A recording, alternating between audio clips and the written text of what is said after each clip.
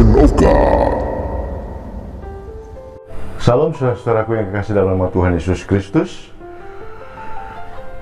Salam sejahtera bagi saudara yang hadir di ruangan ini atau saudara yang mengikuti lewat channel YouTube Yefta Servant of God. Puji Tuhan, pada hari ini kita akan melanjutkan pembahasan kita mengenai kemah suci.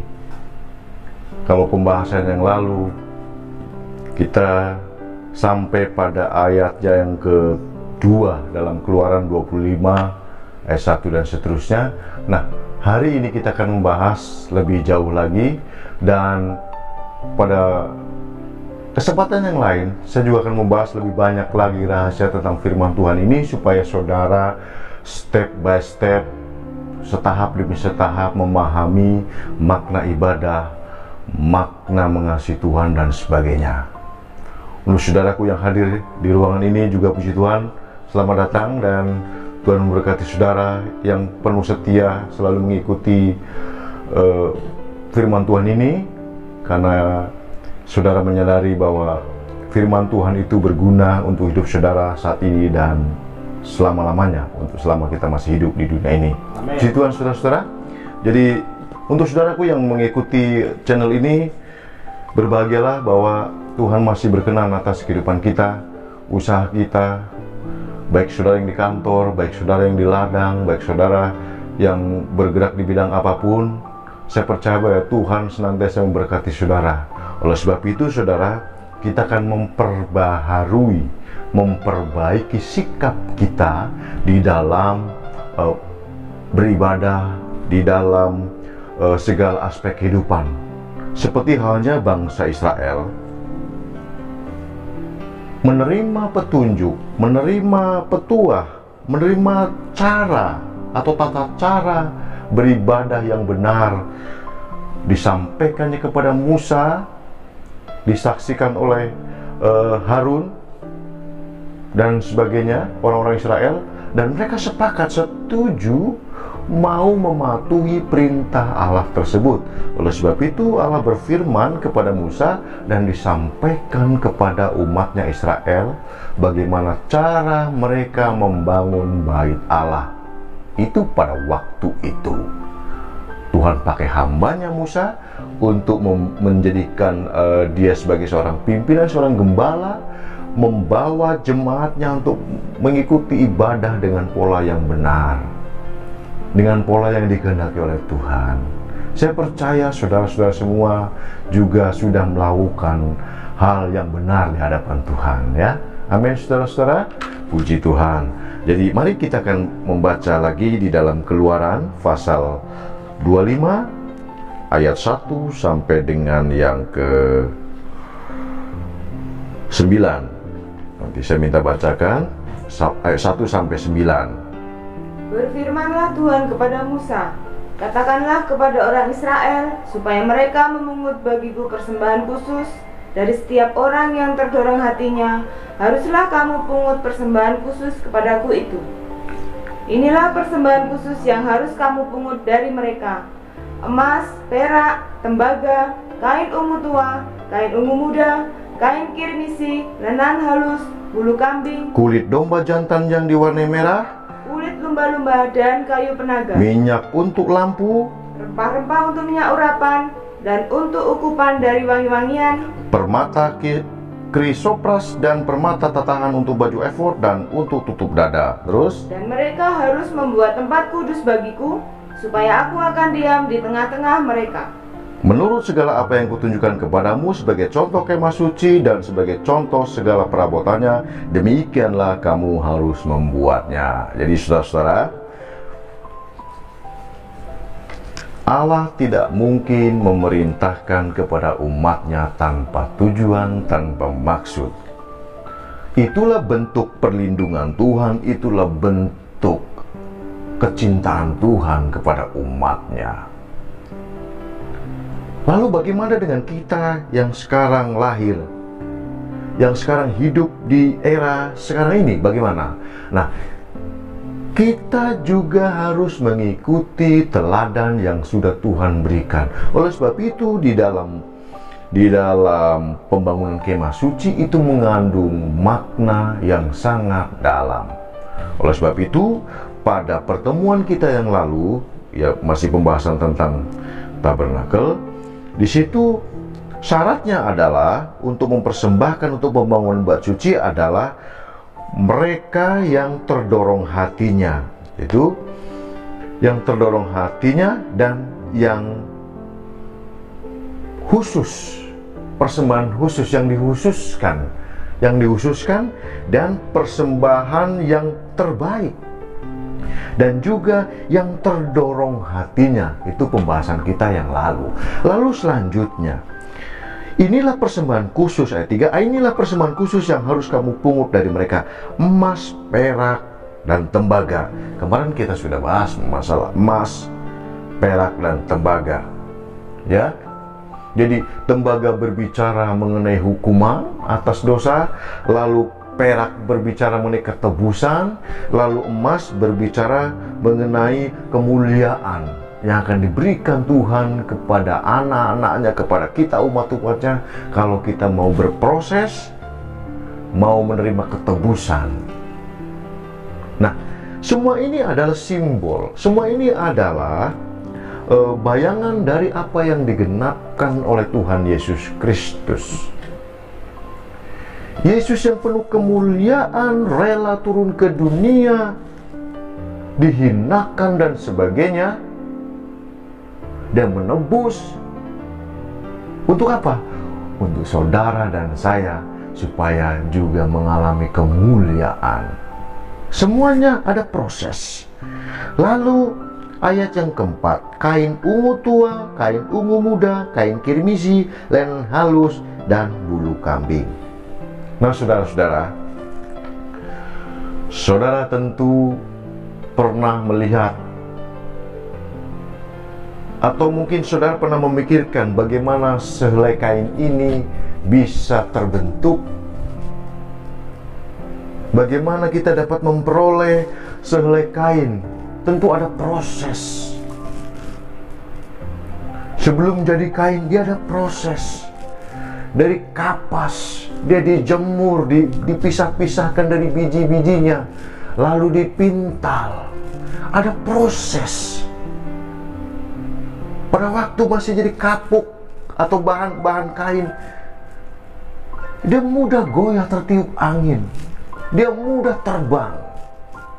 Tapi begitu di tangan ahli seorang pemintal, kapas yang mudah goyah, kapas yang mudah terbang itu dibentuk sedemikian rupa, dililit-lilit semakin kecil, disatukan benang satu dengan benang yang lain, maka terbentuklah kain mampu menutupi badan kita. Artinya apa? Orang-orang yang mau berkorban, orang-orang yang mau menjadi bait Allah, bait suci Tuhan, adalah orang-orang yang mau mengalami proses. Karena ada jaminan kekuatan di situ. Kalau saudara perhatikan, untuk memperoleh sehelai kain ini mengalami proses yang luar biasa. Begitu dia masih kapas, dia masih gampang tertiup angin, terbang ke sana kemari. Tapi coba lihat, sang ahli membentuk, memintal benang itu, disatukan, dipintal menjadi barang yang kuat, bahkan mampu melindungi badan kita. Oleh sebab itu, saudara-saudara gue kasih dalam nama Tuhan Yesus Kristus, jadi Allah memberikan perintah kepada Musa untuk membuat bait suci itu mempunyai makna yang dalam. Kalau kita memahami proses demi proses itu, kapuk tidak mungkin jadi kain kalau dia tidak mau diproses, dia tidak mau dililit, diwarnai, lalu dipersatukan. Tidak mungkin dia akan menjadi kokoh selama dia masih kapuk. Tapi begitu kapuk itu mau menerima proses itu, tahap demi tahap, maka dia menjadi bahan yang berguna, menjadi benda yang berguna. Demikian juga anak-anak Tuhan. Kalau saudara membiarkan proses Tuhan itu terjadi atas hidup kita, percayalah bahwa Allah sedang mempersiapkan saudara untuk menjadi baitnya yang kudus, baitnya yang kuat. Saya menghargai kesetiaan saudara yang datang di tempat ini dari jauh-jauh, ya. Tapi saudara dengan tekun hadir mengikuti di sini, itu hal yang luar biasa. Saudara mau mengalami proses itu. Hujan juga saudara masih mau mendengarkan pengajaran ini. Karena apa? Karena itulah proses saudara untuk menjadi dewasa. Saya berharap juga saudara-saudara yang mengikuti channel ini lewat YouTube juga mengalami hal yang sama yang terjadi di tempat ini, yang mendengarkan.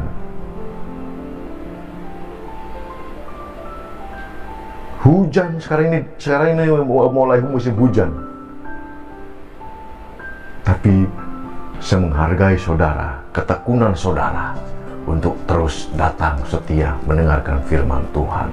Firman Tuhan disampaikan sederhana, tapi kalau yang mendengarnya dengan perasaan hati yang luar biasa, maka firman Tuhan itu akan menjadi luar biasa pula dalam hidup saudara. Amin, saudara-saudara.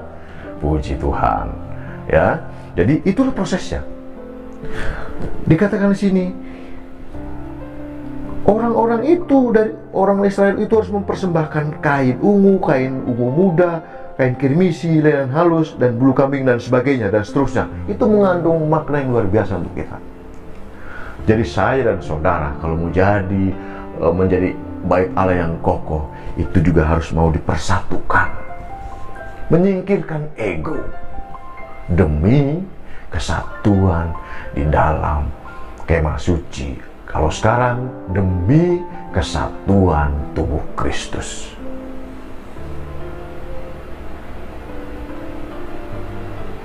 Masing-masing suku berbeda, punya adat istiadat yang berbeda-beda. Tetapi perbedaan itu bukan menjauhkan kita. Justru perbedaan itu menjadi warna dalam kehidupan kita bergereja, dalam kehidupan kita, dalam kesatuan tubuh Kristus itu. Justru dalam perbedaan itu kita dapat mengambil hikmah dari apa yang terjadi, pengalaman dari saudara kita, bisa kita ambil yang baiknya untuk memperkuat kita. Demikian juga dalam pembangunan bait suci. Bahannya bermacam-macam, tapi semua itu berguna untuk bisa terjadinya satu bangunan yang kokoh. Dan persembahan itu ditempatkan masing-masing sesuai fungsinya. Itu juga menggambarkan kepada kita, tinggalkan sifat ego kita, supaya manakala kita melihat orang lain diberkati lebih dari kita, orang lain dipakai melayani Tuhan lebih dari kita, kita bisa mengucap syukur. Tuhan, terima kasih, saudaraku engkau pakai luar biasa. Berikan dia hikmat terus supaya dapat melayani Engkau dengan sungguh-sungguh. Bukan sebaliknya. Saudara kita melayani diberkati Tuhan, melayani dipakai Tuhan, lalu kita berkata, dia itu orang begitu kok dipakai Tuhan. Tuhan salah milih, harusnya saya yang dipilih.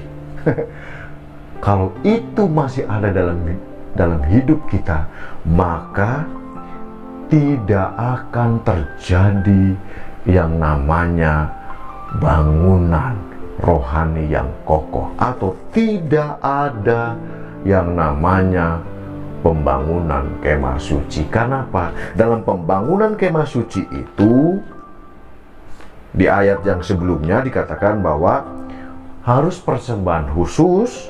Kedua, yang terdorong hatinya. Orang bisa mempersembahkan, mengkhususkan buat Tuhan kalau memang dalam hatinya ada dorongan, bukan karena paksaan. Demikian juga bahan-bahan yang dipakai untuk pembangunan bait suci semuanya mengalami proses.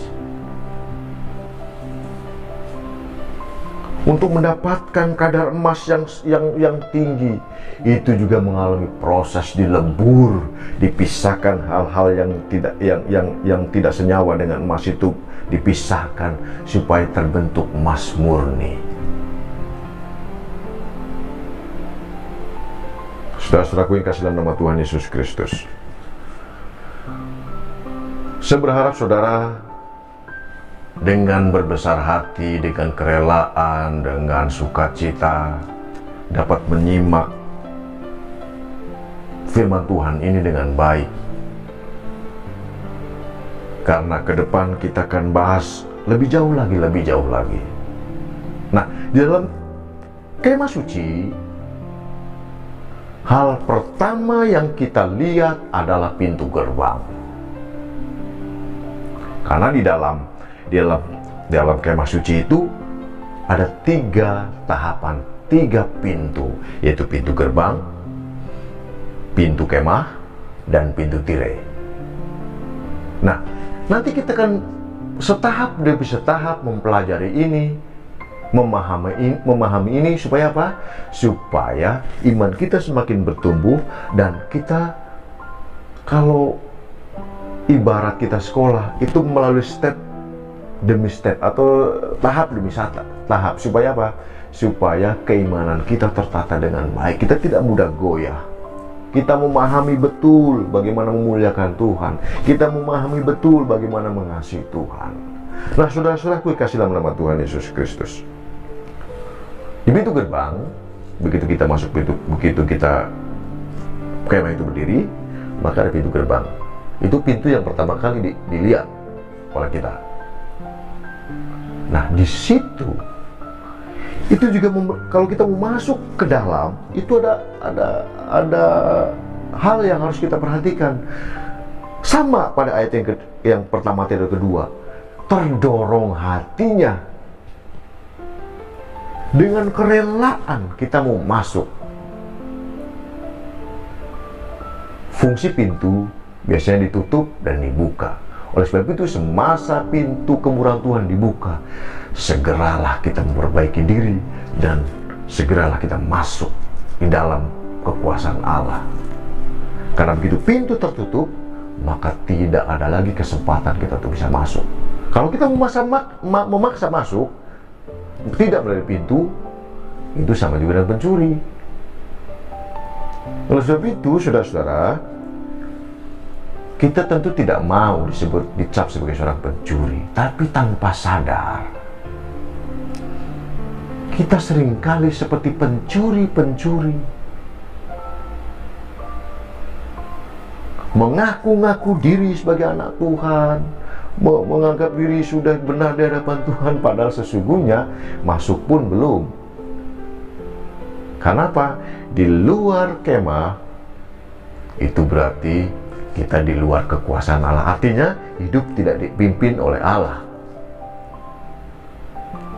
Tetapi begitu kita masuk menyerahkan diri ke dalam pintu kemah, maka disitulah daerah di mana kita ada perlindungan, ada kekuasaan, ada pemeliharaan. Karena apa? Karena kita masuknya melalui pintu yang benar.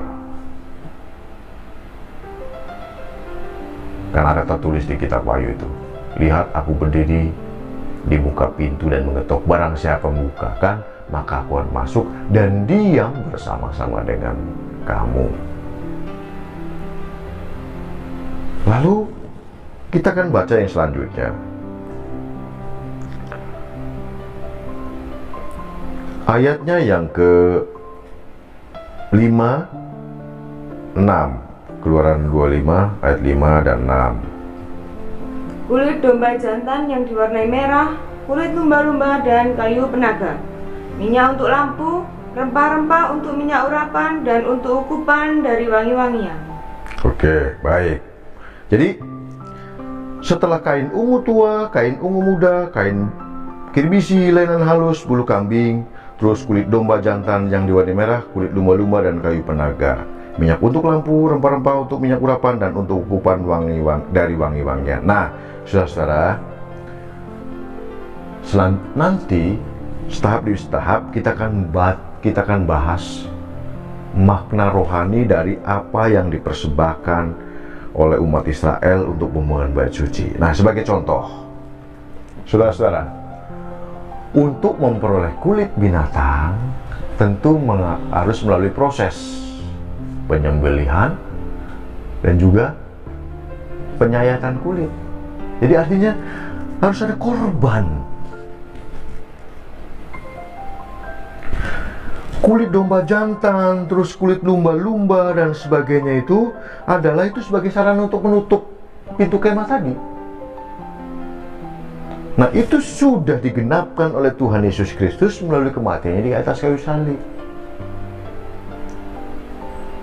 Tuhan Yesus rela menebus dosa-dosa yang diperbuat oleh umat manusia dengan mengorbankan dirinya dengan kerelaan, mengorbankan dirinya untuk apa? Untuk keselamatan, supaya umatnya ada perlindungan.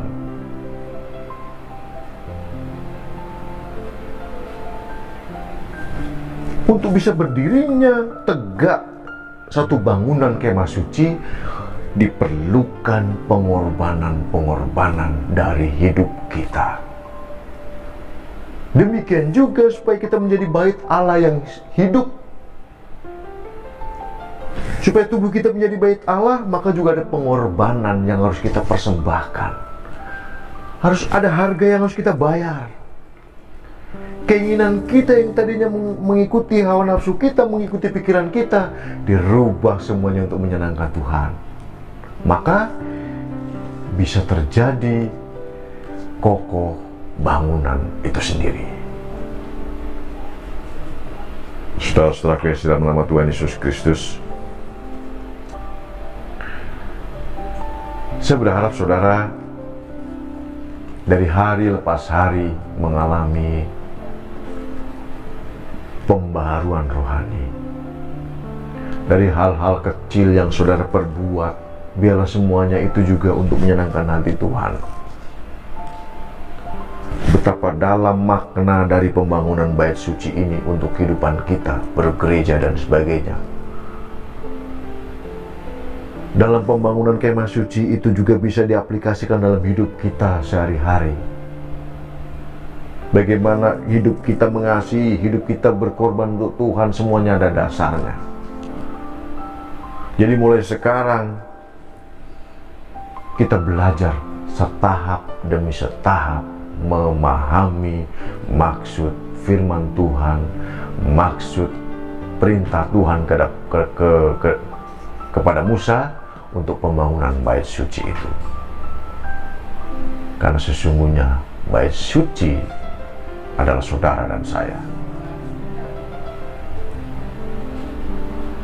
Jadi sangat penting bagi kita untuk memahami fungsi-fungsi dari benda-benda apa saja yang ada di dalam kemah suci itu. Jadi ke depan kita akan belajar sedikit demi sedikit supaya saudara lebih gampang mencerna, lebih gampang memahami akan pengajaran ini. Biarlah Roh Kudus juga senantiasa memimpin kita untuk senantiasa memahami setiap firman yang diucapkan. Biarlah itu kebenaran datang dari Tuhan untuk merubah hidup kita, supaya kita dari hari lepas hari menjadi lebih baik, dan lebih baik.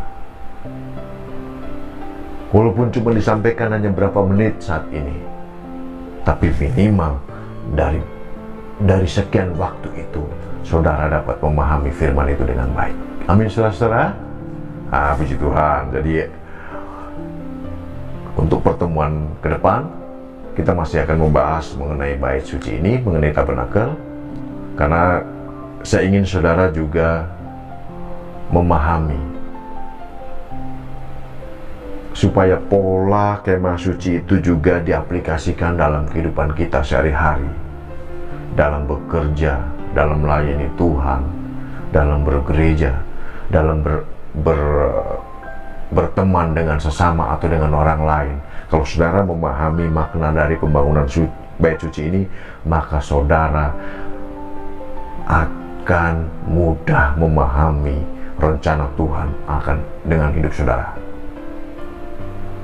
Puji Tuhan saudara-saudara, kiranya firman Tuhan yang saya sampaikan ini di dalam pelajaran Kemah Suci hari lepas hari semakin meningkat seiring dengan peningkatan rohani kita, supaya kita lebih baik dan lebih baik.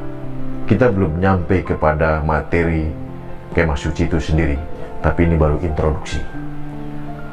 Tapi minimal saudara akan ke depan akan lebih memahami, karena saya tidak mau terlalu banyak disampaikan tapi intinya sedikit, tapi biar sedikit tapi nanti maknanya luas dan saudara lebih gampang mengingatnya. Jadi saya ingatkan kembali lagi bahwa untuk pembangunan bait suci itu diperlukan hal yang khusus. Lalu yang terdorong hatinya, di samping itu juga bahan-bahan yang dipakai itu seperti emas, tembaga, perak itu mengandung makna yang dalam buat iman kita. Nanti kita akan bahas satu persatu. Ya, untuk pertemuan ke depan saya akan bahas benda-benda itu, aplikasinya di mana, posisinya di mana, supaya nanti lebih jelas dan lebih terinci. Jadi saudara bisa mengikuti channel ini, dan saudara juga yang datang di sini bersyukur saudara masih setia dari awal sampai kiranya sampai Tuhan memberikan kita kemurahan untuk mengenal Dia lebih jauh. Puji Tuhan. Dan puji Tuhan saudara, kiranya firman Tuhan ini saya sampaikan bisa menjadi berkat buat saudara yang di sini yang hadir pada malam hari ini cukup banyak, puji Tuhan. Dan untuk saudara yang mengikuti channel Yefta Servant of God, puji Tuhan, dan Tuhan memberkati saudara. Amin.